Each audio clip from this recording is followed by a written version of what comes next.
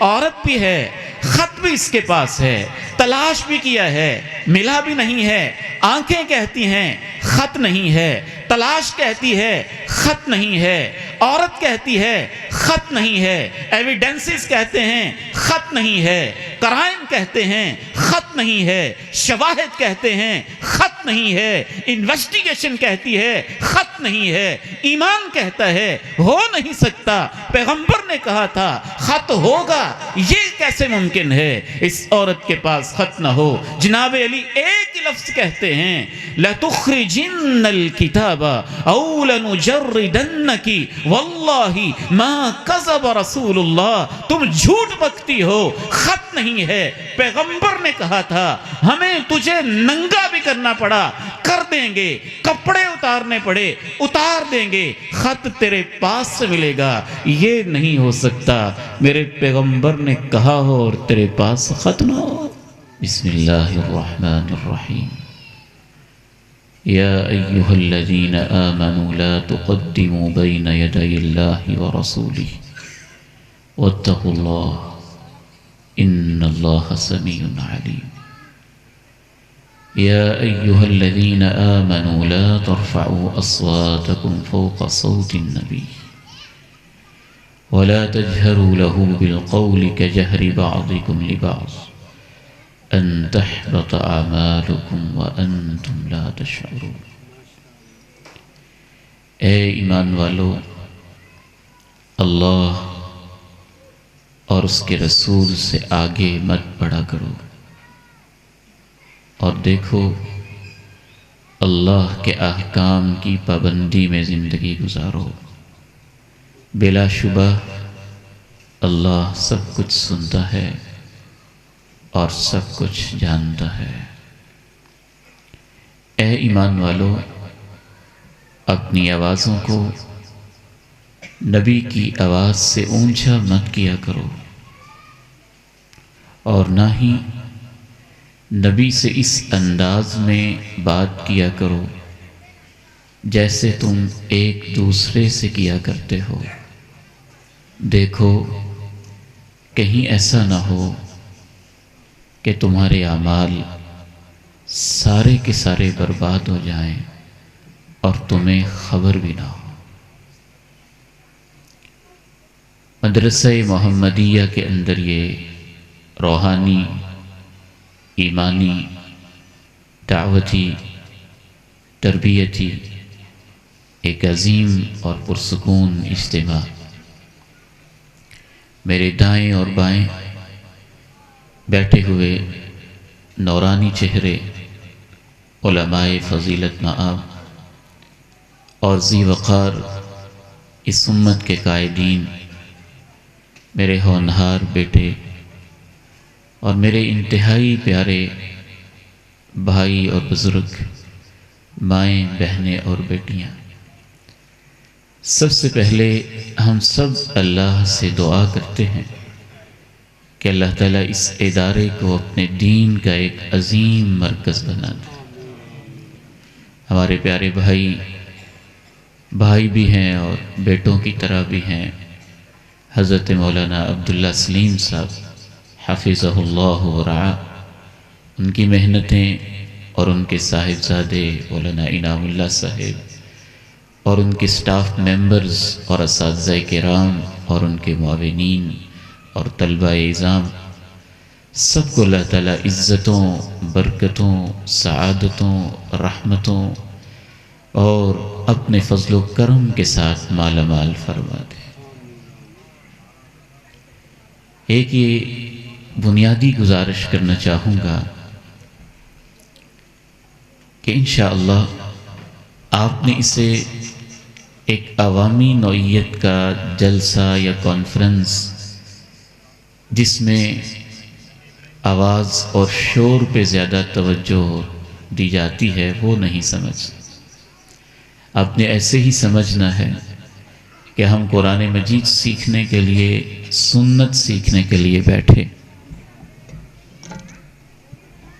اسی نیت کے ساتھ، اسی احساس کے ساتھ اور اسی انداز کے ساتھ، اور انشاءاللہ تعالی مجھے رب کریم سے امید ہے جتنے ہم خلوص نیت کے ساتھ بیٹھیں گے اتنی ہی اللہ کی رحمتوں کا نزول ہمارے اوپر بڑھتا چلا جائے۔ آج کی ہماری ملاقات کا عنوان ہے، آپ کو یاد ہوگا آپ سے پچھلی ملاقات میں وعدہ کیا تھا، لا الہ الا اللہ یہ نظریہ زندگی ہے، اور محمد الرسول اللہ یہ طرز زندگی ہے۔ گزشتہ ملاقات میں ہم نے لا الہ الا اللہ کو سیکھا تھا، اور آج کی اس ملاقات میں ہم محمد الرسول اللہ صلی اللہ علیہ وسلم کہ آپ پر ایمان کیا ہوتا ہے، اس کے تقاضے کیا ہوتے ہیں، اس کو سیکھیں۔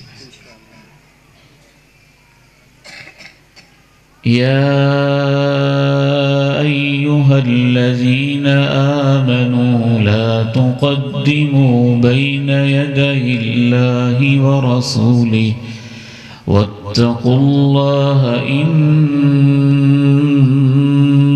اللہ سمیع علیم۔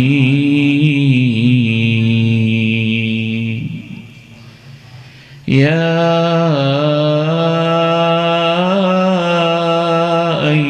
الذين آمنوا لا ترفعوا أصواتكم فوق صوت النبي ولا تجهروا له بالقول كجهر بعضكم لبعض أن تحبط أعمالكم وأنتم لا تشعرون۔ میں بڑے افسوس کے ساتھ کہوں گا، بہت سارے لوگ پوری زندگی اس دعوے میں گزارتے ہیں کہ ہمیں اللہ کے نبی سے محبت ہے، اور وہ سمجھتے ہیں کہ ان کا اللہ کے نبی پر ایمان ہے، لیکن شاید انہیں یہ پتہ ہی نہیں ہوتا کہ اللہ کے نبی پر ایمان لانے کا مطلب کیا ہوتا ہے۔ بہت سارے لوگ یہ سمجھتے ہیں کہ اللہ کے پیغمبر پہ ایمان لانے کا مطلب صرف اتنا سا ہے کہ آپ کو عظیم سمجھا جائے، دنیا کا ایک بڑا انسان سمجھا جائے، آپ کی ہستی کو عالی شان ہستی سمجھا جائے۔ یاد رکھیے، یہ ایمان کا ایک حصہ تو ہے، لیکن صرف اسے ایمان نہیں کہتے ہیں۔ جہاں تک آپ کو صرف عظیم ماننے کی بات ہے، آپ کو عظیم ماننے والے ہندو بھی پائے جاتے ہیں، آپ کو عظیم ماننے والے سکھ بھی پائے جاتے ہیں، آپ کو عظیم ماننے والے انگریز بھی پائے جاتے ہیں، حتیٰ کہ مائیکل ہارٹ جیسا ایک مستشرق انگریز یہاں تک کہ جب 100 انسانوں پہ ایک کتاب لکھتا ہے کہ پوری انسانی تاریخ میں سے میں نے 100 انسانوں کو چھانٹ کے علیحدہ کرنا ہے جنہوں نے دنیا کی تاریخ کے دھارے کو بدلا تھا، پھر ان کی لسٹنگ کرتا ہے، پھر ان کی گریڈنگ کرتا ہے، پھر ان کی درجہ بندی کرتا ہے، تو ٹاپ آف دی لسٹ امام کائنات کا نام لکھتا ہے۔ جب اس سے سوال کیا جاتا ہے کہ آپ نے پوری انسانی تاریخ میں سے امام کائنات کا نام سب سے اوپر کیوں لکھا ہے، تو اس کا جواب 2 لفظوں میں اور 2 لائنوں میں اتنا سا ہوتا ہے، He was the only man in the history of mankind۔ انسانی تاریخ کے اندر صرف یہی ایک شخص ہے مجھے نظر آیا who was completely successful، جو پوری طرح کامیاب تھا on the both secular and religious level، جو مذہبی اور دنیاوی دونوں لحاظ سے کامیاب انسان تھا۔ اس لیے میں نے اس کو عظیم سمجھا، اور انسانی تاریخ کے 100 عظیم انسانوں میں سب سے اوپر اس کا نام لکھ دیا۔ تو کیا وہ مسلمان ہو گیا؟ نہیں ہوا۔ اتنا کہنے سے اس کو ہم نے مومن مان لیا؟ نہیں۔ جتنی نعتیں مسلمانوں نے لکھی ہیں بہت ساری تعداد میں ہندوؤں میں نے بھی لکھی ہیں، عیسائیوں نے بھی لکھی ہیں، انگریزی میں بھی ہیں، عربی میں بھی ہیں، اردو میں بھی ہیں، پنجابی میں بھی ہیں۔ اللہ کے پیغمبر پہ ایمان لانے کا مطلب صرف یہ نہیں ہے کہ یہ سمجھا جائے کہ آپ دنیا کے سب سے عظیم انسان ہیں، اس میں تو کوئی شک نہیں کہ آپ سب سے عظیم انسان ہیں، لیکن عظیم سمجھ لینا اتنا کافی نہیں ہے۔ ایمان لانے کا سب سے پہلا مطلب کلمہ طیبہ کے اندر بیان ہوا ہے، اشہد ان لا الہ الا اللہ۔ جب آپ کلمہ شہادت پڑھتے ہیں تو آپ کیا کہتے ہیں؟ میں گواہی دیتا ہوں اللہ کے سوا عبادت کے کوئی لائق نہیں، واشہد ان محمدًا عبدہ ورسولہ۔ میں گواہی دیتا ہوں کہ محمد کریم علیہ السلام اللہ کے بندے ہیں، اللہ کے بھیجے ہوئے ہیں۔ تو ایمان لانے کا مطلب یہ ہے کہ آپ ایسی ہستی ہیں، اپنی طرف سے خود پیغمبر نہیں بنے، اللہ نے ان کو بنایا ہے۔ آپ خود کوئی بات نہیں کہتے، اللہ کا پیغام ہوتا ہے جو آپ کی زبان سے نکلتا ہے،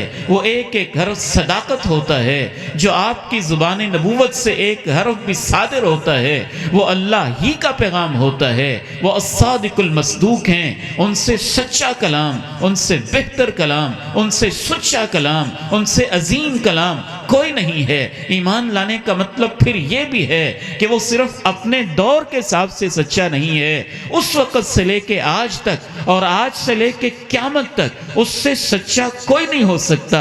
ان سے بڑھ کے، ان کی سنت سے بڑھ کے، ان کی حدیث سے بڑھ کے، ان کی باتوں سے بڑھ کے صداقت والی کوئی بات نہیں ہو سکتی۔ تیسرے نمبر پہ ایمان لانے کا یہ بھی مطلب ہے ہماری آنکھیں کچھ اور دیکھتی ہوں، امام کائنات کہتے ہوں نہیں ایسے نہیں، ایسے ہے۔ میں اپنی نگاہوں سے دیکھ رہا ہوں، یوسف فاروقی صاحب بیٹھے ہیں، میں اپنی نگاہوں سے دیکھوں، قاری شفیق صاحب بیٹھے ہیں، میں اپنی آنکھوں سے دیکھوں، عبداللہ سلیم صاحب بیٹھے ہیں۔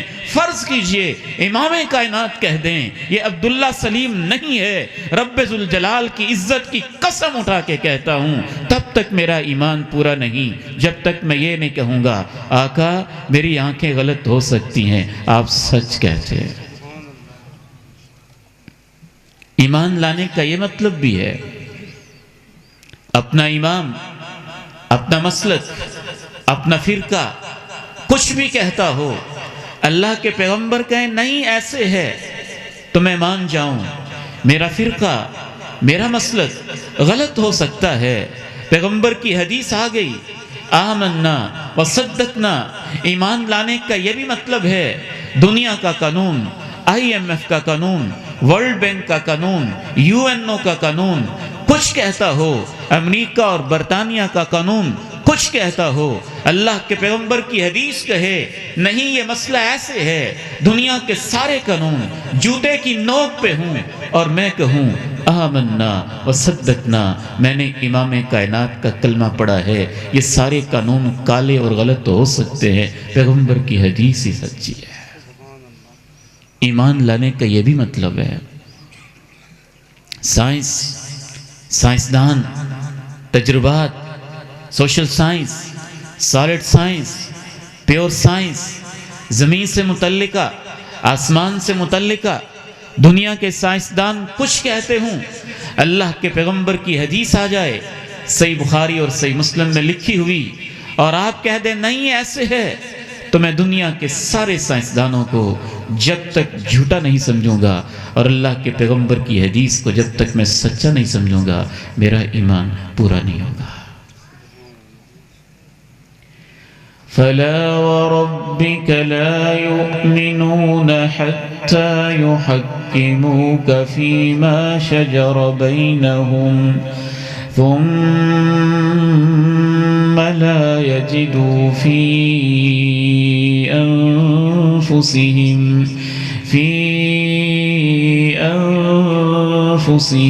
حَرَجًا مِّمَّا قَضَيْتَ وَيُسَلِّمُوا تَسْلِيمًا۔ کاش آپ اس آیت کو دل میں اتاریں اور بار بار اس کو سنیں۔ فَلَا وَرَبِّكَ لَا يُؤْمِنُونَ حَتَّى يُحَكِّمُوكَ فَلَا وَرَبِّكَ لَا يُؤْمِنُونَ حَتَّى يُحَكِّمُوكَ فِي مَا شَجَرَ بَيْنَهُمْ ثم لا يجدوا في أنفسهم حرجا مما قضيت ويسلموا تسلیما۔ نہیں، تیرے رب کی قسم ہے، یہ مومن نہیں جب تک کہ اپنے تمام متنازع مسائل میں آپ کے فیصلے کو حرف آخر نہ سمجھیں۔ نہ صرف یہ کہ حرف آخر سمجھیں، ثم لا يجدوا في انفسهم حرجا مما قضيت، جو آپ فیصلہ کر دیں دل میں تنگی اور انکباس بھی محسوس نہ کریں۔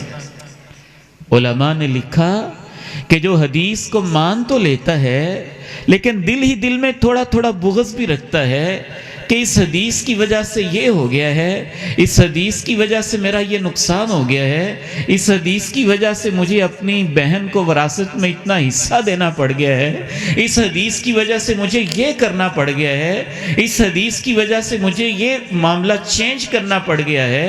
اللہ کے قرآن کا فیصلہ ہے کہ اس نے دل سے پیغمبر کو نہیں مانا ہے، وہ مومن کب ہوگا؟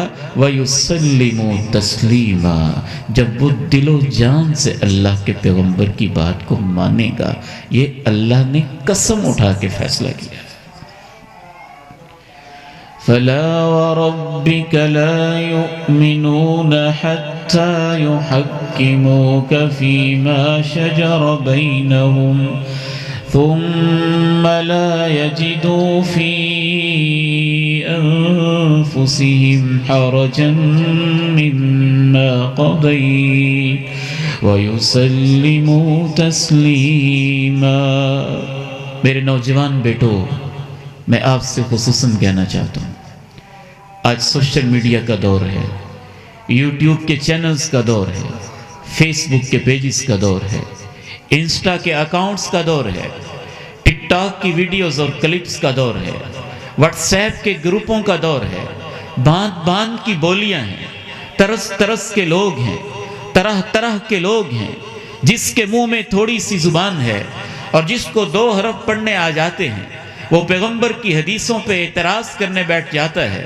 کوئی یہ کہتا ہے ٹھیک ہے صحیح بخاری کی حدیث تو ہے لیکن میں نے سائنس کی فلاں کتاب میں ایسے پڑھا ہے۔ کوئی یہ کہتا ہے صحیح مسلم کی حدیث تو ہے، بایو کے استاد نے مجھے ایسے پڑھایا ہے۔ کوئی یہ کہتا ہے ٹھیک ہے ابو داؤد کی حدیث تو ہے، ہسٹری ایسے کہتی ہے۔ کوئی یہ کہتا ہے ٹھیک ہے پیغمبر کی حدیث تو ہے، میرا رسم و رواج ایسے کہتا ہے۔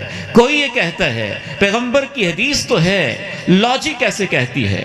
کوئی یہ بولتا ہوا نظر آتا ہے پیغمبر کی حدیث تو ہے لیکن اس کے پیچھے ریزننگ کیا ہے۔ کوئی یہ کہتا نظر آتا ہے پیغمبر کی حدیث تو ہے، اس کی سائنٹیفک جسٹیفیکیشن کیا ہے۔ کوئی یہ کہتا ہوا نظر آتا ہے پیغمبر کی حدیث تو ہے، میری عقل میں نہیں آ رہی۔ عقل میں تو آپ کے چوڑے کی بات بھی آ جائے تو آپ اس کو بھی مان لیتے ہیں، آپ کی عقل میں بات آپ کے نوکر کی بھی آ جائے تو آپ اس لیے نہیں مانتے کہ نوکر نے کہا ہے، اس لیے مان لیتے ہیں کہ میری عقل میں آ گئی ہے۔ عقل میں تو کسی کی بات بھی آ جائے تو انسان اس کو تسلیم کر لیتا ہے۔ پیغمبر پہ ایمان کا رب ذوالجلال کی عظمت کی قسم اٹھا کے کہتا ہوں مطلب یہ ہوتا ہے عقل میں آئے یا نہ آئے، سائنس مانے یا نہ مانے، تاریخ مانے یا نہ مانے، لوگ مانے یا نہ مانے، آپ کا وجدان تسلیم کرے یا نہ کرے، آپ کا پیر مانے یا نہ مانے، آپ کا بزرگ مانے یا نہ مانے، سارا جہان ایک طرف ہو جائے، امام کائنات کہہ دیں یہ بات ایسے ہے، سب کو جوتے کی نوک پہ ٹھکرا کے کہہ دینا جو آپ نے کہا وَيُسَلِّمُوا تَسْلِيمًا، سر تسلیم خم ہے۔ اور یہ خیالی بات نہیں ہے، صحابہ نے ایسے ہی مانا تھی۔ فَإِنْ آمَنُوا بِمِثْلِ مَا آمَنْتُمْ بِهِ فَقَدِ اهْتَدَوْا وَإِنْ تَوَلَّوْا فَإِنَّمَا هُمْ فِي شِقَاقٍ فَسَيَكْفِيكَهُمُ اللَّهُ وَهُوَ السَّمِيعُ الْعَلِيمُ۔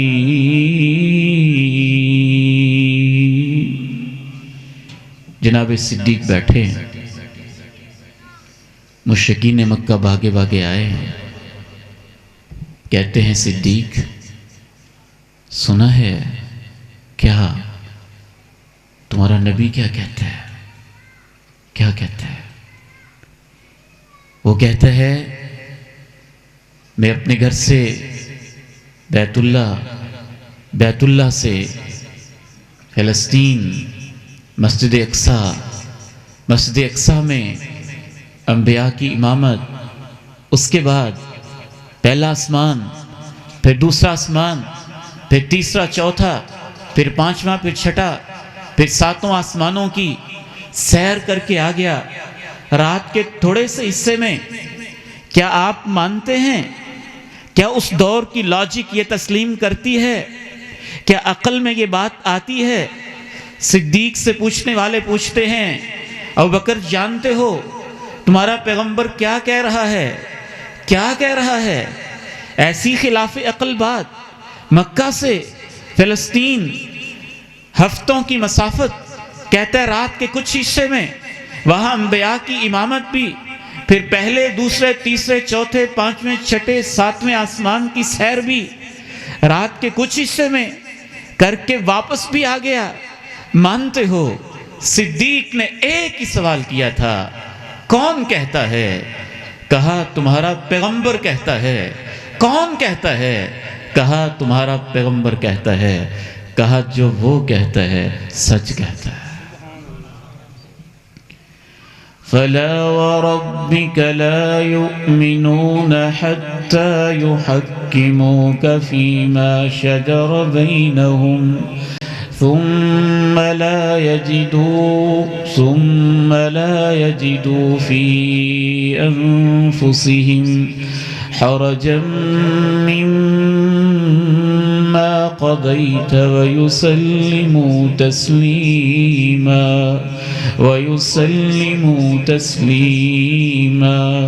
صحیح بخاری اٹھائیے۔ جناب علی رضی اللہ تعالیٰ عنہ کہتے ہیں اللہ کے نبی نے مجھے بھیجا، علی تم جاؤ، ساتھ زبیر کو بھی لے جاؤ اور مقداد کو بھی لے جاؤ۔ ائتو روضۃ خاخ، مدینے سے چند کلومیٹر کے فاصلے پہ ایک جگہ ہے جس کا نام روضہ خاخ ہے، وہاں پہنچ جاؤ۔ جناب علی کہتے ہیں ہم تینوں بڑے شہسوار تھے، گھوڑا دوڑانا بہت جانتے تھے، اور آپ نے کہا کہ علی جب تم وہاں پہنچو گے ان بہا زعینہ ماہا کتاب، وہاں ایک عورت ہوگی، اس کے پاس ایک خط ہوگا، وہ میرے کسی صحابی نے اس کو لکھ دیا ہے غلطی میں، خطا میں آ کے، اور اس خط کے اندر مشرکین مکہ کو اس نے جنگی راز بتا دیا ہے کہ ہم نے کب کیسے حملہ کرنا ہے، تو جنگی راز فاش ہو جائے گا، مسئلہ خراب ہو جائے گا۔ قبل اس کے کہ وہ خط عورت لے کے مکہ پہنچے تم اس سے خط واپس لے کے آؤ۔ جناب علی کہتے ہیں میں روانہ ہوا، زبیر بھی روانہ ہوئے، مقداد میرے ساتھ تھا، ہم روضۃ خاخ پہنچے۔ کیا ایمان تھا، کیا یقین تھا، جانتے تھے پیغمبر نے کہا ہے اس جگہ پہنچنا ہے، جانتے تھے پیغمبر نے کہا ہے وہاں عورت ہوگی، جانتے تھے پیغمبر نے کہا ہے اس کے پاس خط بھی ہوگا۔ عورت ملی، پوچھا خط نکالو، عورت نے کہا میرے پاس تو خط نہیں ہے۔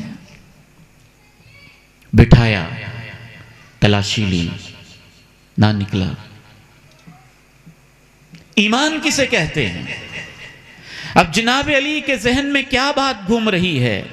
پیغمبر کی حدیث ہے، پیغمبر کا فرمان تھا علی جاؤ روضۃ خاخ پہنچو، وہاں عورت ہوگی، اس کے پاس خط ہے، عورت بھی ہے، خط بھی اس کے پاس ہے، تلاش بھی کیا ہے، ملا بھی نہیں ہے۔ آنکھیں کہتی ہیں خط نہیں ہے، تلاش کہتی ہے خط نہیں ہے، عورت کہتی ہے خط نہیں ہے، ایویڈنسز کہتے ہیں خط نہیں ہے۔ قرائن کہتے ہیں خط نہیں ہے، شواہد کہتے ہیں خط نہیں ہے، انویسٹیگیشن کہتی ہے خط نہیں ہے، ایمان کہتا ہے ہو نہیں سکتا، پیغمبر نے کہا تھا خط ہوگا، یہ کیسے ممکن ہے اس عورت کے پاس خط نہ ہو؟ جناب علی ایک ہی لفظ کہتے ہیں لَتُخْرِجِنَّ الْكِتَابَ أَوْ لَنُجَرِّدَنَّكِ وَاللَّهِ مَا كَذَبَ رَسُولُ اللَّهِ، تم جھوٹ بکتی ہو، خط نہیں ہے، پیغمبر نے کہا تھا ہمیں تجھے ننگا بھی کرنا پڑا کر دیں گے، کپڑے اتارنے پڑے اتار دیں گے، خط تیرے پاس سے ملے گا، یہ نہیں ہو سکتا میرے پیغمبر نے کہا ہو اور تیرے پاس خط نہ ہو۔ عقل کیا کہہ رہی تھی؟ خط نہیں ہے۔ تلاشی کیا کہہ رہی تھی؟ خط نہیں ہے۔ عورت کیا کہہ رہی تھی؟ میرے پاس تو نہیں ہے۔ تلاش میں ملا بھی نہیں تھا، ایمان تھا، ایمان۔ پیغمبر نے کہا ہے، امام کائنات نے کہا ہے، صاحب وما ينطق عن الہوا نے کہا ہے، یہ ہو نہیں سکتا پیغمبر کی سنت اور حدیث ہو اور واقعات کے خلاف ہو جائے۔ ہماری تلاشی میں کمی ہے، عورت جھوٹ بول رہی ہے، خط اسی کے پاس سے ملے گا۔ صحیح بخاری میں الفاظ ہیں، جب جناب علی نے یہ دھمکی دی کہ خط تو تیرے پاس ہی ہے، پیغمبر کی بات جھوٹی نہیں ہو سکتی، تو اس عورت نے اپنے بالوں کی مینڈیاں کھولیں اور مینڈیاں کھول کے اندر سے کہا یہ خط ہے جو تمہارے پیغمبر نے کہا تھا۔ وَمَا يَنطِقُ عَنِ الْهَوَىٰ إِنْ هُوَ إِلَّا وَحْيٌ يُوحَىٰ عَلَّمَهُ شَدِيدُ الْقُوَىٰ ذُو مِرَّةٍ فَاسْتَوَىٰ وَهُوَ بِالْأُفُقِ الْأَعْلَىٰ ثُمَّ دَنَا فَتَدَلَّىٰ فَكَانَ قَابَ قَوْسَيْنِ أَوْ أَدْنَىٰ فَأَوْحَىٰ إِلَىٰ عَبْدِهِ مَا أَوْحَىٰ۔ جناب ابو ذر رضی اللہ تعالی عنہ وارضاہ، صحیح ابن حبان کی حدیث ہے، امام حاکم نے اسے مستدرک میں بھی بیان کیا، مرض الموت میں ہیں، موت و حیات کی کشمکش میں ہیں، ان کی اہلیہ سرہانے بیٹھے رو رہی ہیں، پوچھتے ہیں کیوں روتی ہو؟ بیگم کہتی ہے ابو ذر میں روؤں نہ تو کیا کروں؟ انک تموت بارض فلات، آپ ایک صحرا کے اندر فوت ہو رہے ہیں، ولا اجد ما اکفنک بہ، اور تمہارے گھر میں وہ ویرانہ ہے کہ ابو ذر تیرے گھر کے اندر تو تجھے کفن دینے کے لیے چادر کا انتظام بھی نہیں ہے، اگر تم فوت ہو گئے اس صحرا کے اندر، ہمسایہ بھی کوئی نہیں، کپڑا بھی کوئی نہیں، چادر بھی کوئی نہیں، تو میں تیرے کفن کا انتظام کیسے کروں گی؟ جدائی کا غم اپنا ہے، تنہائی کا غم اپنا ہے، کفن دفن کے انتظامات کا غم اپنا ہے، ابو ذر میں روؤں نہ تو کیا کروں؟ ایمان کیا ہوتا ہے؟ ہم آج سمجھ رہے ہیں ایمان کیا ہوتا ہے۔ جناب ابو ذر رضی اللہ تعالی عنہ نے کہا اللہ کی بندی پریشان ہونے کی بات نہیں ہے، ہم چند ساتھی بیٹھے ہوئے تھے اور اللہ کے پیغمبر نے کہا تھا کہ تم میں سے ایک بندہ ایسا ہے جو اکیلا ہی صحرا کے اندر فوت ہوگا، مسلمانوں کی ایک جماعت گزرے گی اور وہ کفن دفن کا انتظام اس کے لیے کرے گی۔ اس مجلس میں ہم جتنے لوگ بیٹھے تھے سارے ہی کسی نہ کسی محلے میں، کسی نہ کسی آبادی میں فوت ہوئے ہیں اور سب فوت ہو چکے ہیں۔ پیغمبر کی جو بات ہوتی ہے سچ ہوتی ہے، پیغمبر کی حدیث سچ ہوتی ہے، پیغمبر کی پریڈکشن سچ ہوتی ہے، پیغمبر کی پیشگوئی حق پہ مبنی ہوتی ہے۔ جب آپ نے کہا تھا اس وقت میں بھی تھا، سارے ساتھی آبادیوں میں فوت ہوئے ہیں، اب میں ہی اکیلا رہ گیا ہوں۔ یہ نہیں ہو سکتا پیغمبر کی بات پوری نہ ہو، جو بھی ہے تب تک تو فکر نہ کرنا، میری موت کے وقت اللہ کے پیغمبر کی یہ صداقت والی پیشی گوئی پوری ہوگی، ایک مسلمانوں کی جماعت آئے گی، وہ میرے کفن کا انتظام بھی کرے گی، دفن کا انتظام بھی کرے گی۔ بیگم کہتی ہے ابو ذر اس صحرا میں وہ جماعت کہاں سے آئے گی؟ حج کے قافلے تو گزر چکے، ہم ایک ویرانے میں ہیں، یہاں اب کس نے آنا ہے؟ یقین ایسا ہے، کہا جاؤ دیکھو تو صحیح، ٹیلے پہ چڑھ کے وہ آتی ہوگی۔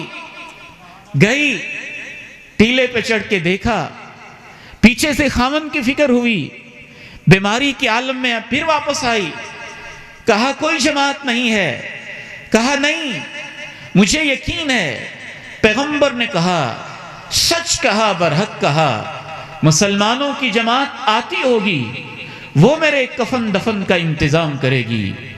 دوبارہ چلی جاتی ہے، مسلمانوں کا ایک گروہ گزر رہا ہوتا ہے اور وہ ان سے پوچھتی ہے، بلکہ وہ ان سے پوچھتے ہیں اے اللہ کی بندی تم کہاں؟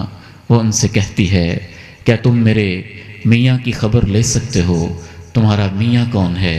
وہ کہتی ہے ابو ذر۔ وہ کہتے ہیں صاحب رسول اللہ، ابو ذر وہ اللہ کے پیغمبر کا ساتھی۔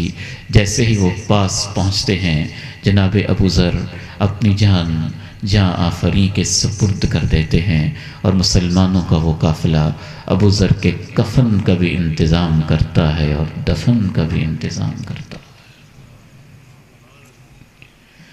وَمَا يَنطِقُ عَنِ الْهَوَىٰ إِنْ هُوَ إِلَّا وَحْيٌ يُوحَىٰ عَلَّمَهُ شَدِيدُ الْقُوَىٰ ذُو مِرَّةٍ فَاسْتَوَىٰ وَهُوَ بِالْأُفُقِ الْأَعْلَىٰ ثُمَّ دَنَا فَتَدَلَّىٰ فَكَانَ قَابَ قَوْسَيْنِ أَوْ أَدْنَىٰ فَأَوْحَىٰ إِلَىٰ عَبْدِهِ مَا أَوْحَىٰ۔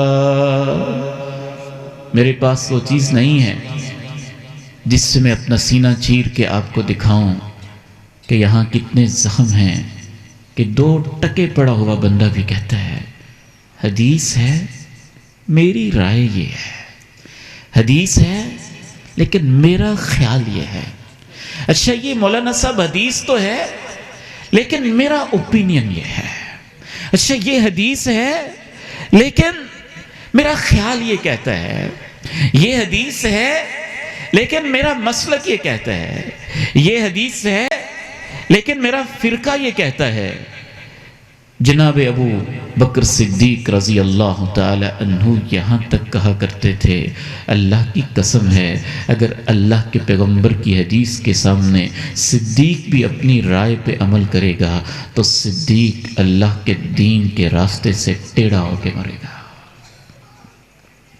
اس کے اوپر تعلیق لگاتے ہوئے امام ابن بطہ، امام ذہبی جیسے ائمہ اہل سنت نے کہا اگر آپ کسی شخص کو حدیث پیش کریں اور وہ حدیث کے مقابلے میں یہ کہے کہ میں قرآن کی آیت خواہ مخواہ اپنی طرف سے مطلب بنا کے پیش کر رہا ہو تو قرآن اور حدیث کا ٹکراؤ نہیں، وہ قرآن کا مطلب غلط بیان کر رہا ہے۔ سمجھ لیجئے گا اگر وہ کہتا ہے حدیث نہیں، میں اپنی عقل کے مطابق بس قرآن کی اپنی مرضی کی کوئی تفسیر پیش کر رہا ہے تو وہ گمراہ ہو رہا ہے۔ پیغمبر کی حدیث اور اللہ کے قرآن کی آیت ٹکراتی نہیں ہیں، ان میں آپس میں اختلاف نہیں ہو سکتا ہے، ان کا منبع ایک ہے، ان کا سرچشمہ ایک ہے۔ تم آیت کا مطلب غلط سمجھ رہے ہو یا اس کی تفسیر غلط بیان کر رہے ہو۔ آگے بڑھتے ہوئے انہوں نے یہاں تک کہا اگر ایک شخص یہ کہے کہ یہ حدیث ہے لیکن میری عقل یہ کہتی ہے تو فتویٰ لگا دینا تمہاری عقل نہیں، تم ابو جہل ہو۔ اور اگر کوئی تیسرا شخص کہے حدیث یہ کہتی ہے لیکن میرا وجدان، میرا پیر، میرا ذوق یہ کہتا ہے، تو تم کہہ دینا حدیث کے مقابلے میں اپنا وجدان پیش کرنے والا ابلیس ہے جو انسانی شکل کے اندر نظر آ رہا ہے۔ اہل ایمان وہ ہوتے ہیں وَيُسَلِّمُوا تَسْلِيمًا، جو حدیث کے سامنے سر تسلیم خم کر دیتے ہیں۔ فَلَا وَرَبِّكَ لَا يُؤْمِنُونَ حَتَّى يُحَكِّمُوكَ فِي مَا شَجَرَ بَيْنَهُمْ ثُمَّ لَا يَجِدُوا فِي أَنفُسِهِمْ حَرَجًا مِّمَّا قَضَيْتَ وَيُسَلِّمُوا تَسْلِيمًا۔ میں حیران ہوتا ہوں کہ ان لوگوں کی اوقات ہی کیا ہے، جن کو یہ سام ہے میں نے اتنا پڑھ لیا ہے، میری یہ سٹڈی ہے، میری یہ ریسرچ ہے، میری یہ تحقیق ہے۔ اور آج میں بچوں کے پاس بیٹھا ہوا تھا، میں کہہ رہا تھا کہ آج کل بیچاروں کی ریسرچ نہیں ہوتی، سرچ ہوتی ہے۔ گوگل پہ یوں 2-4 انگلیاں لگائیں، جو رزلٹ سامنے آ گیا، قادیانی کا لکھا ہوا ہو، چاہے اورینٹلسٹ کا لکھا ہوا ہو، چاہے نان مسلم کا لکھا ہوا ہو، نہ اس چینل کے مالک کا پتہ، نہ اس کے کردار کا پتہ، نہ اس کے اخلاق کا پتہ، نہ اس کے ایمان کا پتہ، نہ اس کے علم کا پتہ، نہ اس کے تقوی کا پتہ، نہ اس کے ایمان کے لیول کا پتہ، نہ اس کے مشائخ اور اساتذہ کا پتہ، نہ اس کے شاگردوں کا پتہ، نہ یہ پتہ کہ اس نے کس سے علم حاصل کیا ہے۔ 2-4 انگلیاں لگا کے سمجھتے ہیں کہ ہم نے بڑی سرچ کر لی ہے، وہ اس گوگل سرچ کو ریسرچ کا نام دے رہے ہوتے ہیں۔ حدیث کے لیے تو ایک مہینے کے علماء نے، صحابہ نے سفر طے کیے۔ رحل جابر بن عبداللہ الى عبداللہ بن انیس مسیرۃ شہر کامل فی حدیث واحد۔ امام بخاری لکھتے ہیں سیدنا جابر رضی اللہ تعالی عنہ نے اللہ کے پیغمبر کی ایک حدیث لینے کے لیے 1 مہینے کا سفر طے کیا تھا۔ امام ابن قدامہ المقدسی رحمہ اللہ اپنے بارے میں کہتے ہیں وَلَقَدْ بُلْتُ الدَّمَ مَرَّتَيْنِ مَرَّةً بِبَغْدَادَ وَمَرَّةً بِالْحِجَازِ۔ میں نے زندگی کے 2 دفعہ سنت رسول اور حدیث رسول کے علم کی خاطر میں نے اتنے سفر طے کیے ہیں کہ 2 دفعہ زندگی میں ایسے بھی ہوا مجھے پیشاب کی جگہ خون کے قطرے آیا کرتے تھے۔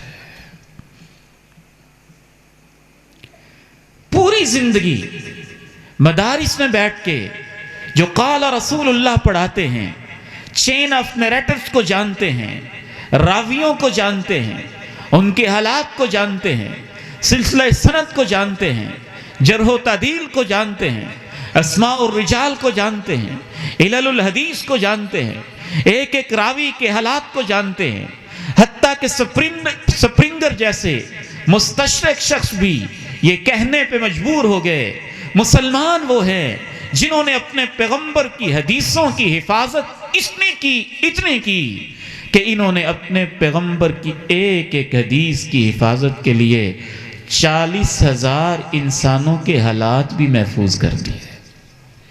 جس نے بتایا کہ تمہارے پیغمبر نے یہ بات کہی ہے اس راوی کے حالات بھی امت نے محفوظ کر لیے۔ ہمارے شیخ شہید اسلام ڈاکٹر عبدالرشید اظہر رحمہ اللہ رحمتاً واسعہ کہا کرتے تھے کہ اس امت نے تو پیغمبر کی حدیثوں کی اتنی حفاظت کی ہے اور آپ کا بایو ڈیٹا اور آپ کے حالات اور آپ کی صبحیں اور آپ کی شامیں، آپ کی دوپہریں اور آپ کی راتیں، آپ کی خلوتیں اور آپ کی جلوتیں، آپ کی ادائیں اور آپ کی سنتیں، آپ کے اوامر اور آپ کے نواہی، آپ کے احکام اور آپ کے جتنے بھی ارشادات عالیہ ہیں، ان کی حفاظت اس امت نے دل و جان کے ساتھ، اس طریقے کے ساتھ، اس منہج کے ساتھ، اس پیٹرن کے ساتھ، رسوخ علمی کے ساتھ اس لیول پہ جا کے حفاظت کی ہے کہ آج حدیث کا ایک ادنا سا طالب علم آپ اس سے پوچھیں جب رات کے 3 بجے ہوتے تھے، ماں جی عائشہ کا حجرہ ہوتا تھا، رات کی تاریکیاں چھائی ہوتی تھیں، ہر طرف اندھیرے ہوتے تھے اور اللہ کے پیغمبر سجدے کی حالت میں ہوتے تھے،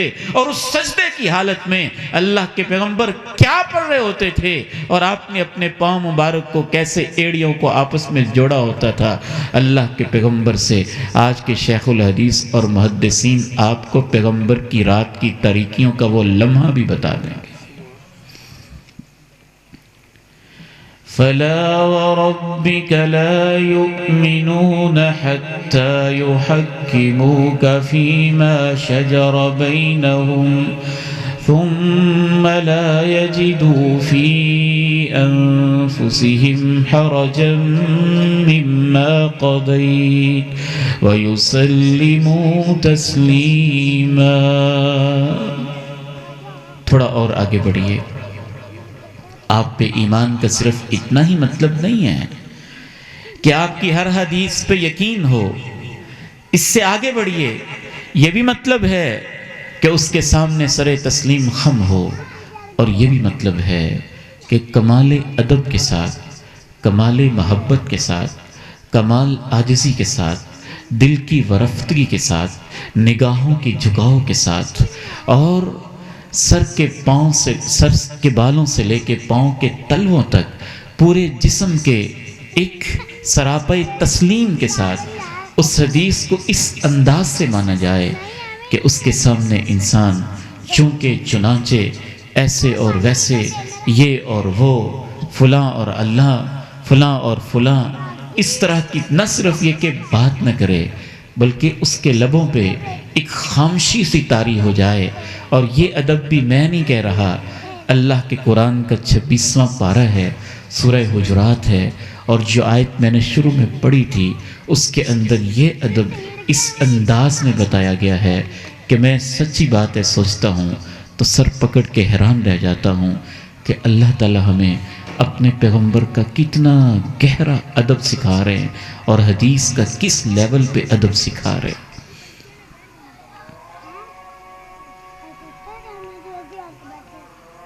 آپ اس پہ ذرا توجہ کیجئے۔ اذان کا جواب دیتے ہیں اور اس کے ساتھ میں انشاءاللہ پھر اپنی گفتگو کو پورا کرتا ہوں۔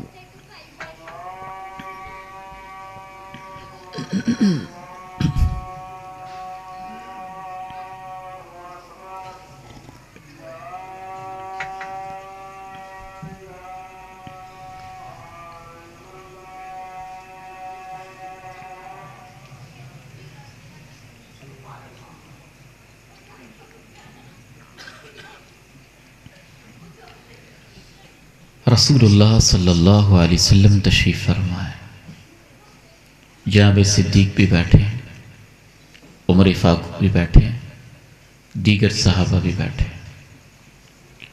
بنو تمیم کا قافلہ آتا ہے اور آپ مشورہ کرتے ہیں کہ ان کا امیر کس کو مقرر کیا جائے۔ جناب صدیق رضی اللہ تعالی عنہ کہتے ہیں امر الاقرع ابن حابس، آپ اقرا بن حابس التمیمی کو سمجھدار آدمی ہے ان کا امیر مقرر کرتے. جناب عمر رضی اللہ تعالی عنہ کہتے ہیں میرا مشورہ تو یہ ہے کہ آپ فلاں کو مقرر کرتے ہیں. جناب صدیق بڑے تھے، بزرگ تھے، ناراض ہو جاتے ہیں، کہتے ما اردت الا خلافی. عمر تم نے میرے مخالف ہی رائے دینی ہوتی ہے، میں اس کو کہہ رہا ہوں آپ اس کو کہہ رہے ہیں. جناب عمر کہتے ہیں واللہ ما اردت خلافک، اللہ کی قسم میری اپنی رائے ہے، میں نے آپ کی مخالفت نہیں کرنا چاہی، بس ایک مشورہ دیا ہے. تھوڑے ناراض ہو جاتے ہیں صدیق، آوازیں اونچی ہو جاتی ہیں.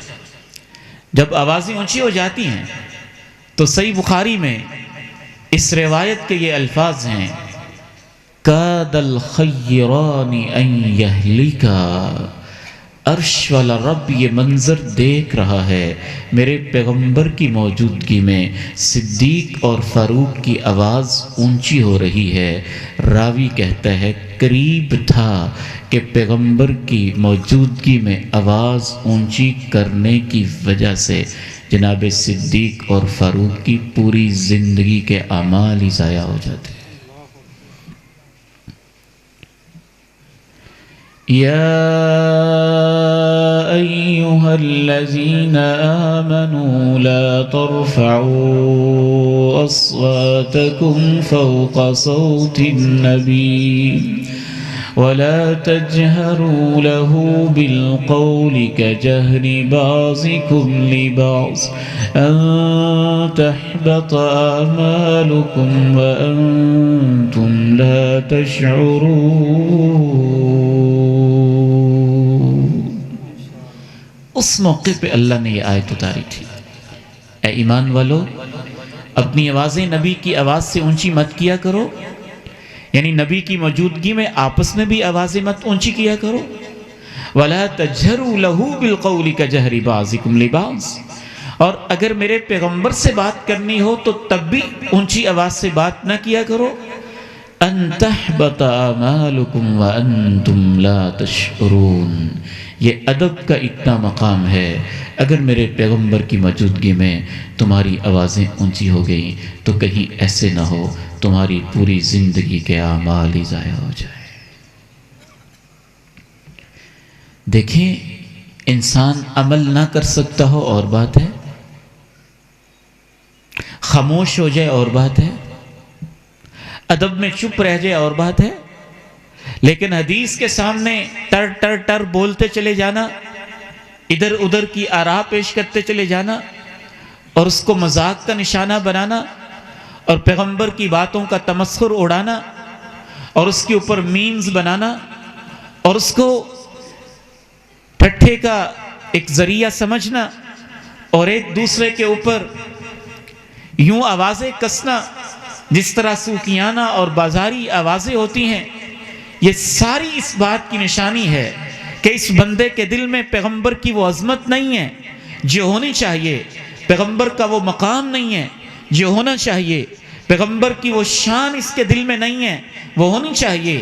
اللہ کا قرآن یہ نشانی بیان کرتا ہے، پیغمبر کی تعظیم کی نشانی جھنڈیاں لگانا نہیں ہے، پیغمبر کی تعظیم کی حقیقی نشانی صرف نعتیں پڑھ دینا نہیں ہے، پیغمبر کی تعظیم کی حقیقی نشانی گلیوں کو سجا دینا نہیں ہے، پیغمبر کی تعظیم کی حقیقی نشانی محفلیں برپا کر دینا نہیں ہے. پیغمبر کی تعظیم کی حقیقی علامت صرف اتنی سی نہیں ہے کہ آپ بس آپ کے حسن اور آپ کے جمال کا اور آپ کی زلفوں کا اور آپ کے چہرے کا اور آپ کے دیدار کا اور آپ کے سینے کا اور آپ کے شہر کا اور آپ کے مدینے کا تذکرہ کریں، یہ بھی محبت کا حصہ ہے، لیکن یہ سمجھ لینا صرف یہی نشانی ہے اور وہ بندہ جو اتنی نعتیں بھی پڑھ رہا ہے، گلیاں بھی سجا رہا ہے اور طرح طرح کی پتیاں بھی نشاور کر رہا ہے، نہ حدیث پڑھتا ہے نہ حدیث جانتا ہے، جب عدالت میں جاتا ہے تو حدیث کے سامنے اپنی رائے پیش کرتا ہے، جج کی کرسی پہ بیٹھتا ہے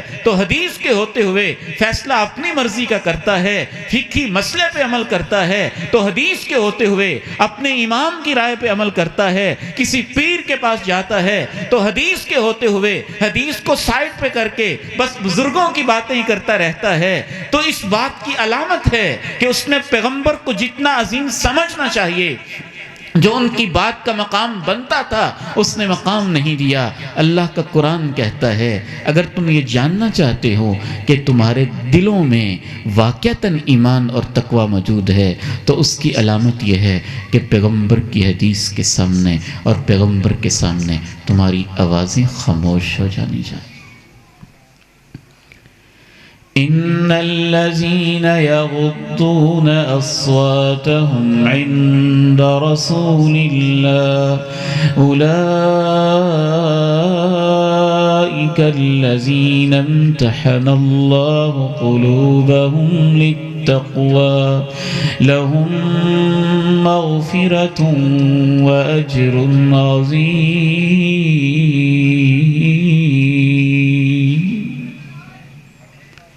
آخری چند منٹ کے اندر میں خلاصے کی طرف بڑھتا ہوں، اور یہ بھی صرف فرضی باتیں نہیں ہیں، ہم تو عمل کے بڑے کمزور لوگ ہیں۔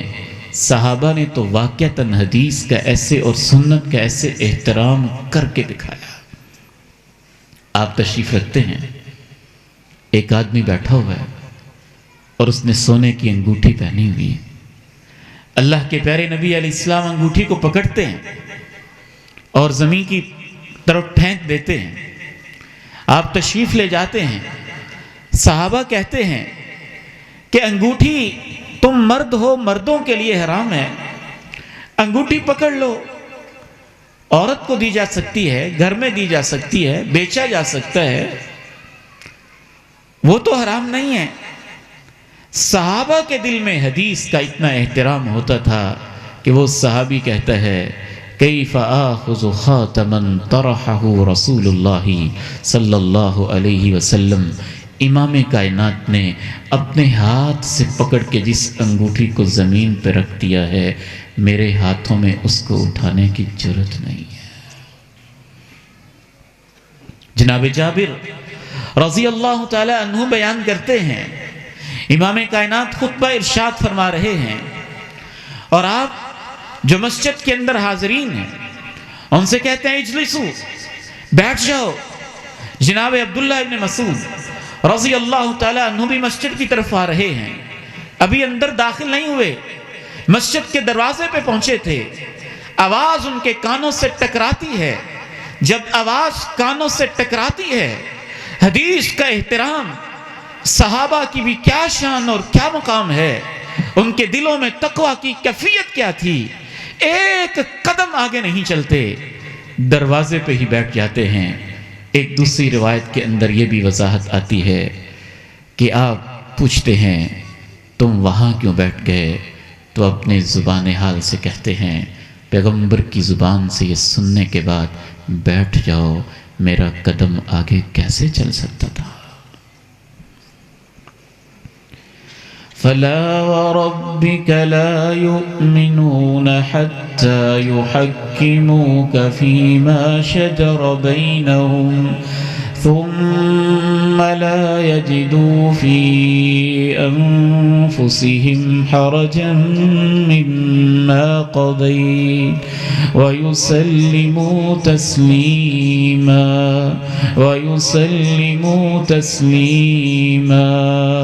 اور ایسی کیفیت ہونی بھی چاہیے کہ یہ ہستی کون سی ہے، ان کی شان کیا ہے، ان کا مقام کتنا عظیم ہے۔ اللہ رب العزت نے اپنے قرآن میں ان کے تذکرے کس طرح سے کیے ہیں۔ میں تو اکثر کہا کرتا ہوں، لوگ اپنے اپنے انداز سے نعتیں پیش کرتے ہیں، میں تو اپنے رب کو گواہ بنا کے کہتا ہوں، جب میں قرآن کھولتا ہوں تو مجھے تو یوں لگتا ہے اس کی ہر صورت کے اندر ہی کسی نہ کسی انداز میں اللہ نے اپنے پیغمبر کی تعریفیں کی ہوئی ہے۔ وَالضُّحَى وَاللَّيْلِ إِذَا سَجَىٰ مَا وَدَّعَكَ رَبُّكَ وَمَا قَلَىٰ وَلَلْآخِرَةُ خَيْرٌ لَكَ مِنَ الْأُولَىٰ وَلَسَوْفَ يُعْطِيكَ رَبُّكَ فَتَرْضَىٰ آپ کا رب آپ کو اتنا دے گا کہ آپ اپنے رب پہ راضی ہو جائیں گے۔ اس ہستی کا کیا مقام ہوگا جس کے بارے میں رب خود کہہ رہا ہے میں آپ کو اتنا دوں گا کہ آپ میرے اوپر خوش ہو جائیں گے۔ آپ پھر اور طرح سے اندازہ کیجئے کہ اللہ بھی پیغمبر سے اتنی محبت کر رہا ہے اور پیغمبر کی اتنی محبت اور اتنی چاہت کا بھی خیال کر رہا ہے کہ آپ آسمانوں کی طرف نگاہ اٹھاتے ہیں، بار بار نگاہ اٹھا کے دل میں خواہش لے کے آتے ہیں کاش کہ قبلہ وہ ہو جائے جس کی بنیادیں میرے بابا ابراہیم نے رکھی تھیں۔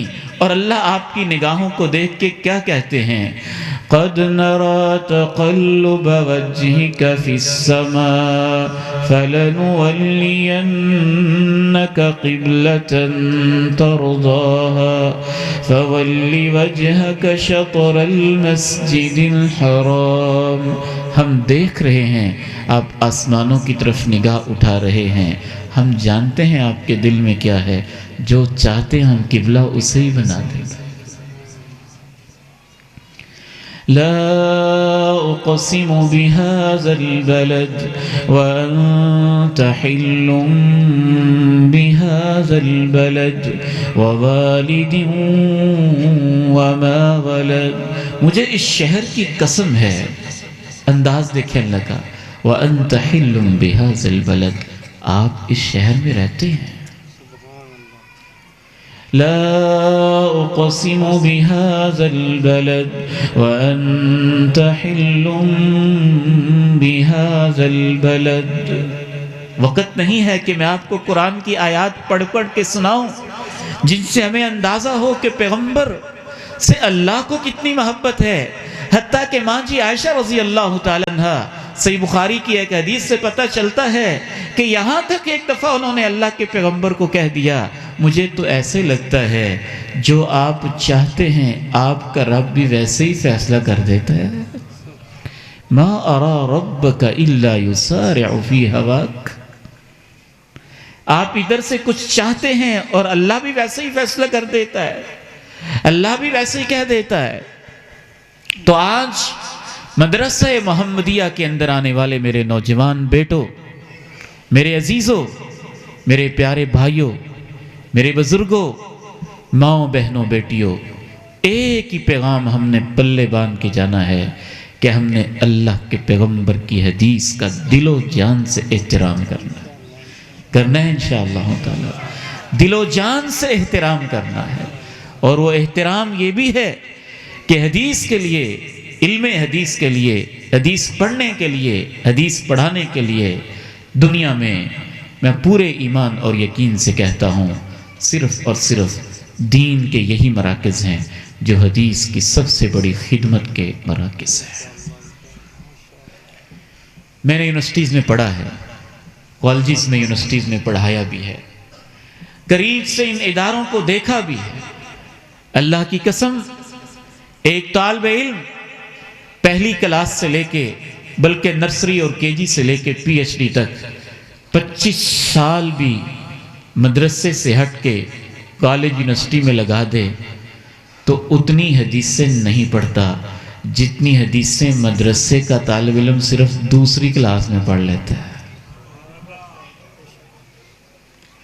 آپ اسلامیات کا پورا نصاب چھان کے دیکھ لیں، ایف اے میں اسلامیات الیکٹیو میں کیا پڑھایا جا رہا ہے، بی ایس پورا 4 سالہ یونیورسٹی کا نصاب ہے، اور 4 سالہ نصاب کے اندر کتنی حدیثیں ہیں، اور پھر ایم اے کے نصاب میں کتنی حدیثیں ہیں، اور پی ایچ ڈی کے نصاب میں کتنی حدیثیں ہیں، اور ایم فل کے نصاب میں کتنی حدیثیں ہیں۔ وہ آپ کمپیریزن کرتے ہوئے اکٹھی کر لیں، جتنی حدیثیں بی ایس کے 4 سال میں پڑھے گا، پھر اس کے بعد ایم فل کے 2 سال کے اندر پڑھے گا، پھر پی ایچ ڈی کے سٹڈی والے 1 سال کے اندر بچہ پڑھے گا، 6-7 سال کے اندر اتنی حدیثیں مدرسے کا طالب علم صرف دوسری کلاس میں بلوغ المرام میں اس سے زیادہ پڑھ جائے گا۔ یہ دین کے ادارے ہیں جنہوں نے اپنے آپ کو حدیث کے لیے، قرآن کے لیے مختص کیا ہوا ہے، اور اللہ تعالیٰ ان اداروں کو سلامت رکھے، دین کے علم کی ٹھوس بنیادیں اور تربیت اور حدیث پہ ایمان اور یقین اور اللہ کے پیغمبر کے ادب اور احترام اور شان کی مثالیں انہی اداروں کے اندر قائم ہوتی ہیں، یہی سلف صالحین کی روایات کے امین ہیں۔ اس لیے آج کی اس عظیم الشان اجتماع میں ہم آپ کو یہ پیغام دینا چاہتے ہیں، لا الہ الا اللہ کے بعد محمد الرسول اللہ ہے، اور محمد الرسول اللہ صلی اللہ علیہ وسلم کا صرف ایک تقاضا اور آپ پہ ایمان کا صرف ایک مفہوم میں نے آپ کے سامنے رکھا ہے، اور وہ یہ ہے کہ آپ کی باتوں پہ ایمان لایا جائے، آپ کی باتوں پہ یقین کیا جائے۔ یہ تحقیق ضروری ہے کہ واقعتاً حدیث ہے، من گھڑت نہ ہو، ضعیف نہ ہو، خود ساختہ نہ ہو، لوگوں نے اپنی طرف سے جھوٹی گھڑی ہوئی نہ ہو۔ جب یہ ثابت ہو جائے کہ محدثین کے مطابق یہ حدیث ہے اور یہ اتھینٹک ہے اور باقاعدہ اس کی سند صحیح ہے اور یہ ثابت ہے، تو پھر اس کے بعد اس کے سامنے اپنی رائے، اپنا قول، امام کا قول، کسی کا قول، کسی کی رائے، کسی کا اوپینین، کوئی سائنٹیفک چیز، کوئی ادھر ادھر کی تاریخی حقیقت اور ادھر ادھر کی باتیں کرنا پرلے درجے کی جہالت ہوتی ہے۔ چند ایک اب امتحان لینے کے لیے میں آپ کے سامنے حدیثیں رکھتا ہوں، پتہ چل جائے گا کہ ہمارا اس پہ کتنا ایمان ہے، کتنا یقین ہے۔ چند ایک مثال کے طور پہ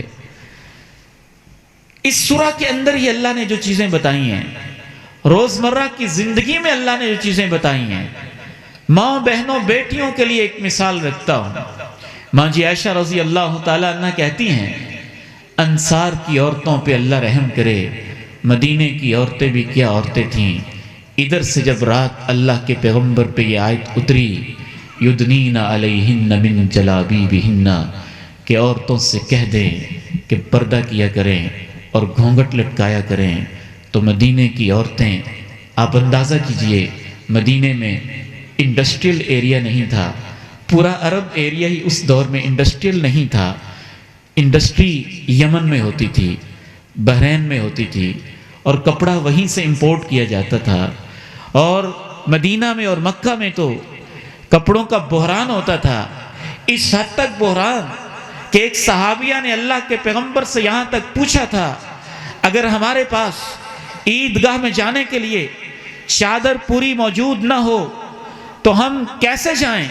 تو آپ نے کہا تھا لِتُلْبِسْهَا صَاحِبَتُهَا، کہ جو سہیلی کی چادر موجود ہے، بہن کی ماں کی چادر موجود ہے، اس کے اندر ہی دو دو عورتیں یوں سمٹ کے آ جایا کریں، لیکن عید میں آیا کریں۔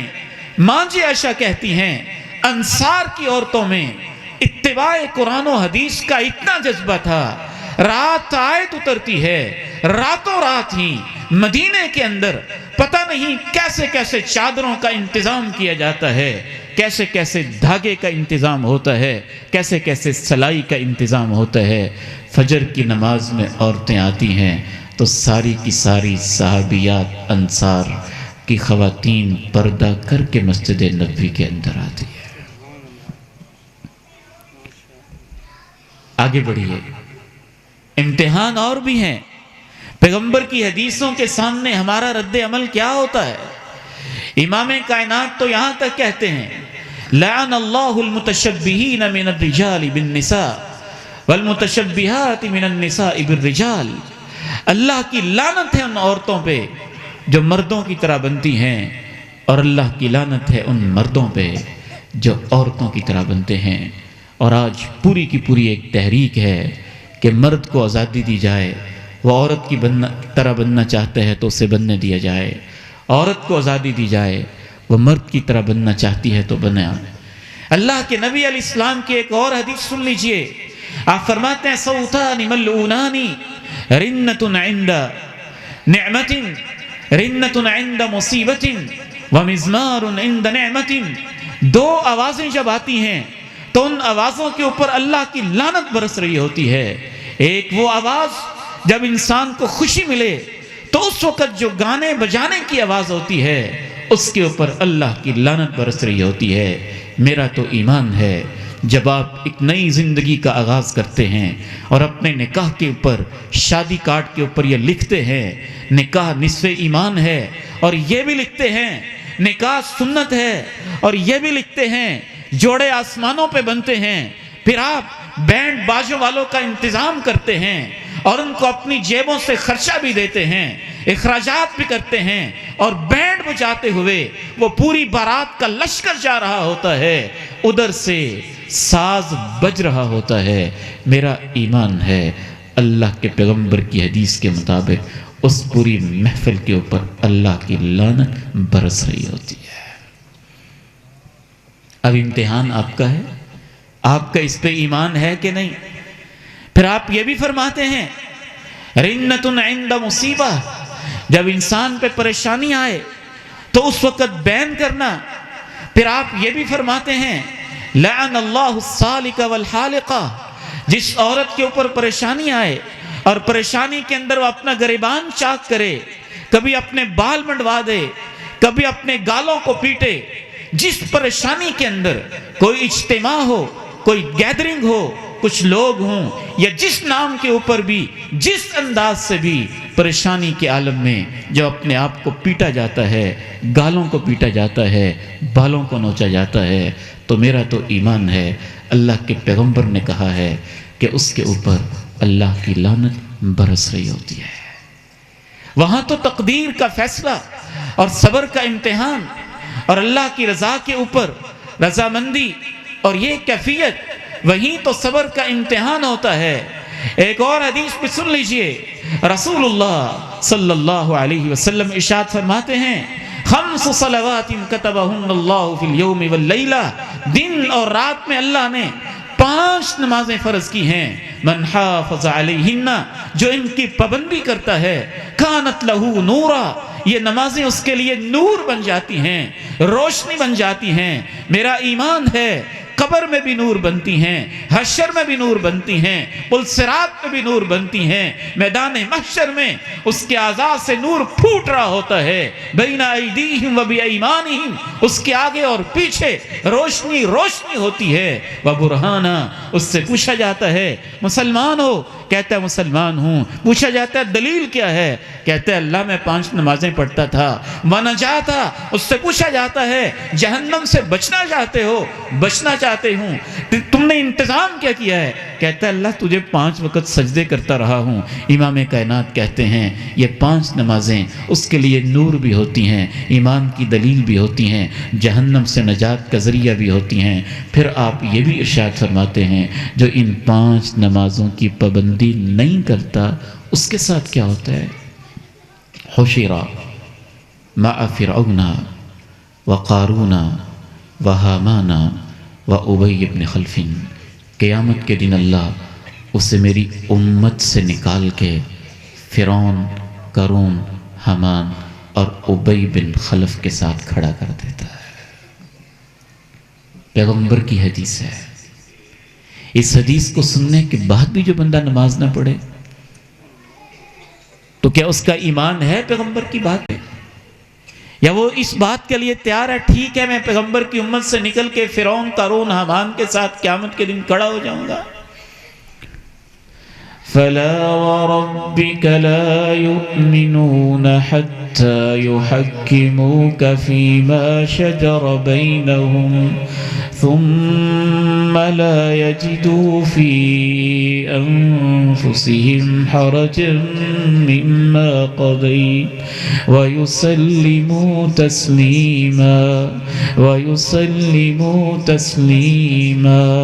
آخری 5 منٹ میں مجھے اجازت دیجیے 1-2 حدیثیں اور سنا کے ذرا آپ کا اور امتحان لے لیں۔ آپ علیہ السلام ارشاد فرماتے ہیں اجتنبوا السبع الموبقات، میری امت کے لوگوں 7 گناہوں سے بچ جاؤ، یہ ہلاک کر دیں گے، یہ ہلاک کر دیں گے۔ پھر آپ نے صحابہ نے پوچھا وما ہن، وہ 7 گناہ کون سے ہیں؟ تو آپ نے گن گن کے بتائے، اور ان میں سے آپ نے گن کے یہ کہا الاشراک باللہ، اللہ کے ساتھ شرک کرنا، یہ انسان کو تباہ کر دے گا۔ پھر آپ کی دوسری احادیث میں آپ نے یہ بھی بتا دیا یہ بھی شرک ہے، یہ بھی شرک ہے، یہ بھی شرک ہے۔ اگر ایک شخص اپنے بازو کے ساتھ دھاگے باندھ کے پھر رہا ہے کہ شاید یہ مجھے بیماری سے بچا لے گا، تو اللہ کے ساتھ شرک ہی تو کر رہا ہے۔ اگر ایک شخص کوئی اس طرح کے کڑے سے باندھ کے یہ سمجھتا ہے کہ یہ میری بیماری کو دور کر دیں گے، احادیث سے پتہ چلتا ہے کہ وہ بھی شرک ہی کی ایک قسم ہی کا ارتکاب کر رہا ہے۔ اگر کوئی قبر کی ڈیری پہ سجدے کر رہا ہے اور اس کو مشکل کشا سمجھ رہا ہے تو اس سے بڑا شرک اللہ کے ساتھ کیا ہو سکتا ہے؟ آپ نے کہہ دیا یہ تمہیں تباہ کر دے گا، آپ نے کہا بچ جاؤ 7 بڑے بڑے گناہوں سے، آپ نے گنوا دیا، ان میں سے ایک گناہ قتل کرنا بھی ہے۔ زمین کے اوپر، مقدمے کے اوپر، تھوڑی تھوڑی بات کے اوپر 5 قتل کر کے بھی کوئی اپنے آپ کو عاشق رسول سمجھتا ہے تو وہ غلط سمجھ رہا ہے۔ سمجھ لے کہ وہ تو تباہ ہو گیا ہے۔ کل قیامت کے دن ان مظلوموں کے ہاتھ ہوں گے اور اس قاتل کا گریبان ہوگا اور اس مظلوم کا خون نکل رہا ہوگا اور اس کی رگوں سے خون پھوٹتا ہوگا اور سر کے بالوں سے پکڑ کے کھینچ کے امام کائنات نے کہا، اللہ کے عرش کے قریب کر کے اس سے پوچھے گا، اے اللہ اس سے پوچھ تو صحیح اس نے مجھے کیوں قتل کیا تھا؟ لوگوں نے ایسی ایسی تحریکیں برپا کر دیں، کفر کے فتوے لگا لگا کے ہمارے نوجوانوں کو باغی اور خارجی بنا دیا اور قاتل بنا دیا۔ فلاں بھی کافر ہے، فلاں کو مارنے سے یہ ملتا ہے، فلاں کو مارنے سے یہ ملتا ہے۔ قانون والوں کو اپنا قانون کرنے دیں، نافذ کرنے دیں۔ میرے نوجوان بیٹو، آپ کا کام فتوے لگانا، تلواریں اٹھانا، گنوں سے فائرنگ کرنا اور تکفیر کی مشینیں چلانا آپ کا کام یہ نہیں ہے۔ آپ کا کام دعوت ہے، آپ کا کام تربیت ہے، آپ کا کام قرآن کا ابلاغ ہے، حدیث کا ابلاغ ہے۔ یہ ایک مسلمان کا قتل جس نے لا الہ الا اللہ پڑھا ہے معمولی بات نہیں ہے۔ اللہ کے پیغمبر تو یہاں تک کہ جناب اسامہ سے جب ایک دفعہ اس طرح کا مسئلہ ہو گیا تھا، میدان جنگ کے اندر ایک آدمی مارے جا رہا تھا مسلمانوں کو، پھر اس نے کلمہ پڑھ لیا تو اس صحابی نے اس کو بھی مار دیا، تو اس نے کہا اس نے تو اوپر سے کلمہ پڑھا تھا۔ آپ نے کہا کیا تو نے اس کے دل کو چیر کے دیکھا تھا؟ قیامت کے دن جب یہ لا الہ الا اللہ پڑھتا ہوا آ کے قتل کا مقدمہ پیش کرے گا تو اللہ کے سامنے کیا جواب دے گا؟ کہا جادو تباہ کرتا ہے، اس سے بچ جاؤ، جادو تباہ کرتا ہے، اس سے بچ جاؤ۔ والدین کی نافرمانی تمہیں تباہ کر دے گی، اس سے بچ جاؤ۔ پیغمبر نے کہہ دیا یہ تباہ کرنے والے گناہ ہیں، تباہ کرنے والے گناہ ہیں۔ میں آج کے نوجوان پہ حیران ہوتا ہوں، باپ کیا کہتا ہے یہ کچھ کرتا ہے، ماں کیا کہتی ہے یہ کچھ کرتا ہے۔ اللہ کے پیغمبر نے تو ماں باپ کو وہ مقام دیا تھا، پیغمبر کی حدیث نے تو وہ مقام دیا تھا۔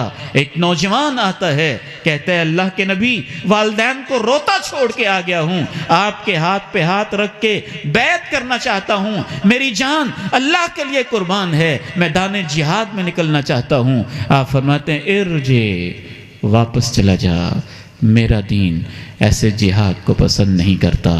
اضحکہما کما ابکیتہما، جب تک تیرے والدین تجھے دیکھ کے مسکرائیں گے نہیں تب تک تیرا جہاد اور میرے پاس آنا اللہ کو قبول نہیں ہے۔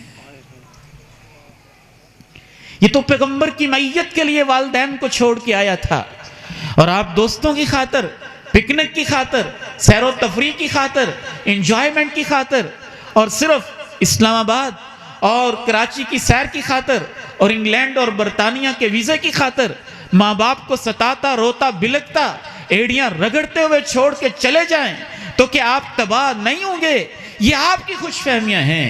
جس کا پیغمبر کی حدیث پہ یقین ہے جب وہ ان گناہوں کے قریب جائے گا اس کا دل دہل جائے گا کہ کہیں میں تباہ نہ ہو جاؤں۔ فَلَا وَرَبِّكَ لَا يُؤْمِنُونَ حَتَّى يُحَكِّمُوكَ فِي مَا شَجَرَ بَيْنَهُمْ ثُمَّ لَا يَجِدُوا فِي أَنفُسِهِمْ حَرَجًا مِّمَّا قَضَيْتَ وَيُسَلِّمُوا تَسْلِيمًا۔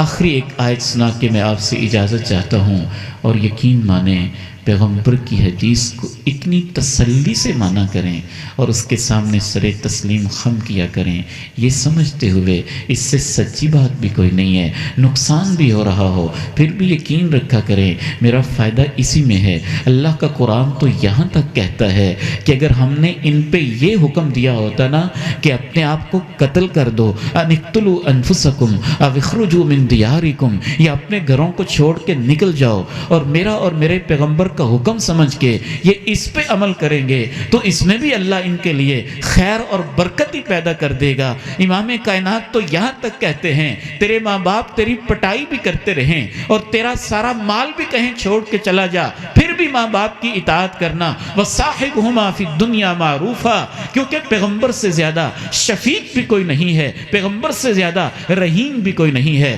پیغمبر سے زیادہ خیرخواہ بھی کوئی نہیں ہے، پیغمبر سے زیادہ وفادار بھی کوئی نہیں ہے، پیغمبر سے زیادہ میرے اور آپ کے لیے رونے والا بھی کوئی نہیں ہے، پیغمبر سے زیادہ میرے اور آپ کے لیے دعائیں کرنے والا بھی کوئی نہیں ہے۔ دنیا کے سارے مفاد، سارے تعلق، سارے اسباب، سارے مال، سارے خزینے، سارے مکانات جب ہم سے ٹوٹ جائیں گے سب بے وفائی کر جائیں گے۔ میں تو اپنی آنکھوں سے دیکھ رہا ہوں میدان محشر میں صرف ایک ہی ہستی ہوگی جو وہاں کہہ رہا ہوگا امتی امتی، اللہ میری امت کا خیال رکھنا، اللہ میری امت کا خیال رکھنا۔ ان کو چھوڑ کے اب جانا کہاں چاہتے ہیں؟ ان کی باتوں کو چھوڑ کے آپ کو بلائی کہاں نظر آ رہی ہے؟ آئیے اللہ سے ہم دعا گو ہیں اور اللہ سے عہد بھی کرتے ہیں کہ اللہ ہمیں پیغمبر کی سنت پہ عمل کرنے والا بنا دے۔ جو اخلاقی سنتیں ہیں، جو روٹین کی سنتیں ہیں، ان کو بھی سیکھیں۔ پیغمبر پانی کیسے پیتے تھے، پیغمبر کھانا کیسے کھاتے تھے، امام کائنات سوتے کیسے تھے، امام کائنات لباس کیسے پہنتے تھے، امام کائنات وضو کیسے کرتے تھے، امام کائنات نماز کیسے پڑھتے تھے، امام کائنات کا رکوع و سجود کیسے ہوتا تھا، امام کائنات کی صبح شامیں کیسے ہوتی تھی، امام کائنات کی راتیں کیسی ہوتی تھی۔ ان کو بھی سیکھیں۔ جو آپ کی کرداری سنتیں ہیں، آپ کا اخلاق کیسا تھا، نرمی کیسی تھی، تواضع کیسا تھا، عاجزی کیسی تھی، شفقت کیسی تھی، انکسار کیسا تھا، اس کو بھی سیکھیں۔ جو آپ کے احکامات ہیں کہ اللہ کے پیغمبر نے معیشت کے بارے میں کیا حکم دیا ہے، گھر کے بارے میں کیا احکامات دیے ہیں، سیاست کے بارے میں کیا احکامات دیے ہیں، تمدن کے بارے میں کیا احکامات دیے ہیں، تعلیم کے بارے میں کیا احکامات دیے ہیں، اجتماعی زندگی کے بارے میں کیا احکامات دیے ہیں، عائلی زندگی کے بارے میں کیا احکامات دیے ہیں، انفرادی زندگی کے بارے میں کیا احکامات دیے ہیں۔ جب تک ہم دین کو اور پیغمبر کو پوری محبت کے ساتھ لے کے اپنی زندگیوں کے اندر لاگو نہیں کریں گے، تب تک اللہ کا قرآن قسم اٹھا کے کہتا ہے نہ ہم صاحب ایمان پوری طرح سے ہو سکتے ہیں، نہ ہمارے لیے کامیابی کا کوئی امکان ہے۔ بہت ہی زیادہ خوشی ہوئی آپ کی محبت، آپ کا شوق اور آپ کا ذوق دیکھ کے۔ رب کریم سے دعا ہے ہمارے اس جمعہ کو رب کریم اپنے ہاں قبول بھی فرما لے، باعث نجات بھی بنا دے، باعث سعادت بھی بنا دے، پیغمبر کی رفاقت کا ذریعہ بھی بنا دے، آپ کے حوض کوثر سے پانی بھی ہمیں نصیب فرما دے، آپ کی شفاعت بھی نصیب فرما دے، ہمیں آپ کی سنتوں کا عمل کرنے والا اور ان کی طرف دعوت دینے والا بھی بنا دے، ہمیں آپ کی حدیثوں کا رکھوالا اور خادم بھی بنا دے، ہمیں اللہ اپنے قرآن اور دین کا نوکر بھی بنا دے۔ وآخر دعوانا الحمد للہ رب العالمین۔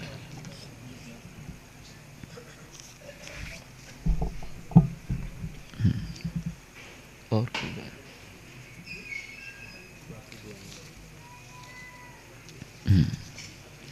ایک تو آپ سے دعائے خیر کی درخواست کی گئی ہے، وہ بھی انشاءاللہ ہم کرتے ہیں۔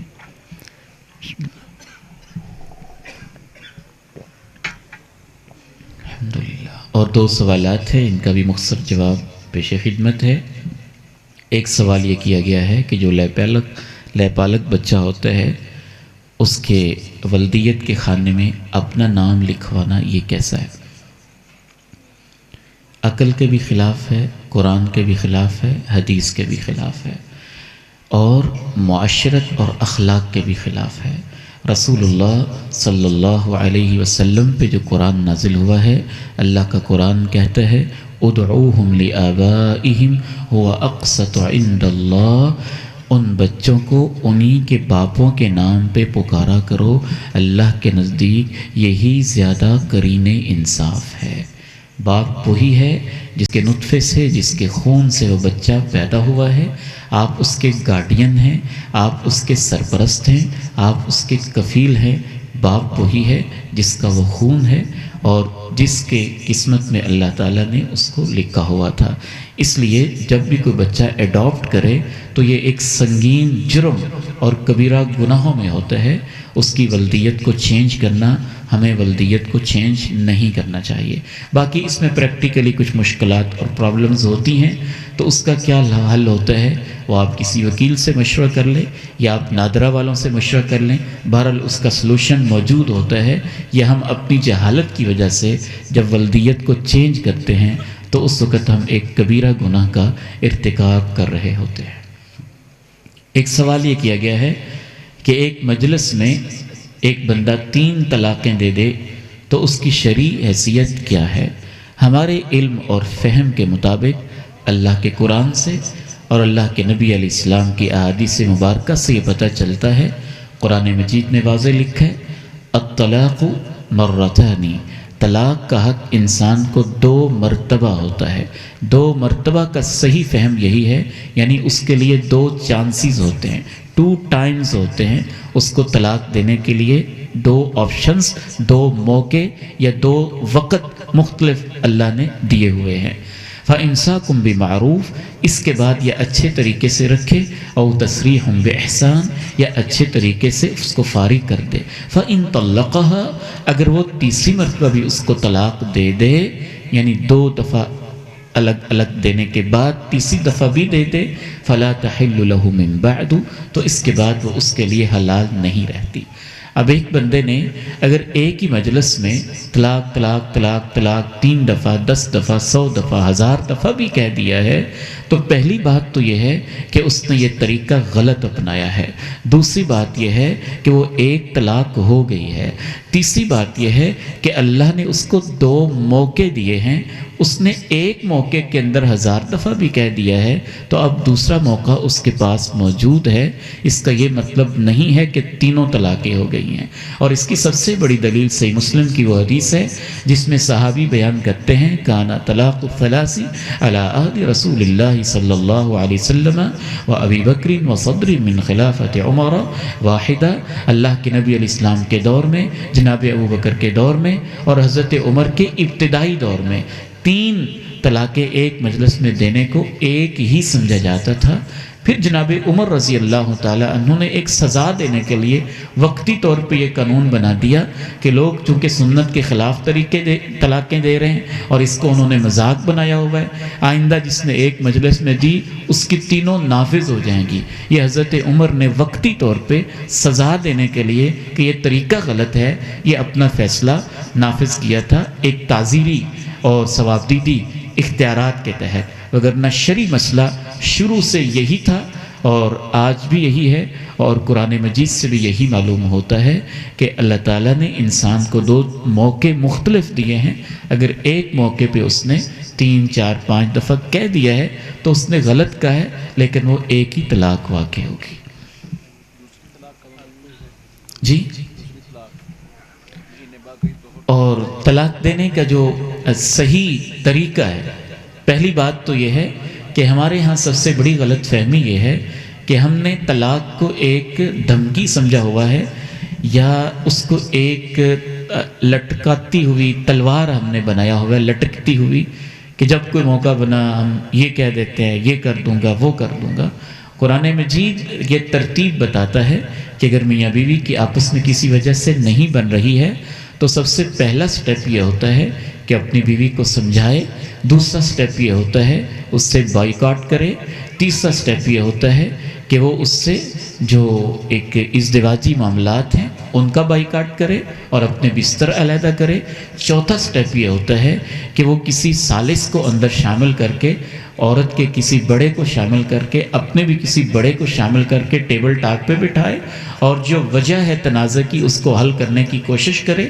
پھر 5واں سٹیپ یہ ہوتا ہے اس کے بعد بھی اگر نہیں وہ سمجھتا کہ ہماری آپس میں نہیں بن رہی ہے تو آخری آپشن ایک یہ بھی ہوتا ہے، تھوڑی گھر کے اندر سختی کر کے دیکھ لے، اور پھر چھٹا سٹیپ یہ ہوتا ہے پھر بھی سمجھتا ہے کہ کسی طرح سے شاید اب ہمارا آپس میں رہنا ممکن نہیں ہے، تو بڑی پلاننگ کے ساتھ، شعور کے ساتھ، آگہی کے ساتھ، سوچ سمجھ کے، مشورہ کر کے اگر وہ یہی فیصلہ کرتا ہے میں نے ڈیورس دینی ہے، تو پھر اس کے لیے بھی باقاعدہ انسان دیکھے کہ عورت کہیں پیریڈز کے اندر تو نہیں ہے، پیریڈز میں وہ طلاق نہ دے، پھر وہ دیکھے کہ حالت طہر میں ہے، طہر کے اندر دے، یعنی پاکی والے ایام میں ہے، پھر وہ دیکھے کہ طہر ایسا ہو جس میں اس نے بیوی سے تعلق قائم نہ کیا ہوا ہو، تو اس حالت میں طلاق دے، اور پھر شریعت اس کو بہتر سمجھتی ہے کہ ایک ہی طلاق دے دے، بس ٹھیک ہے، پھر حالات کا انتظار کریں،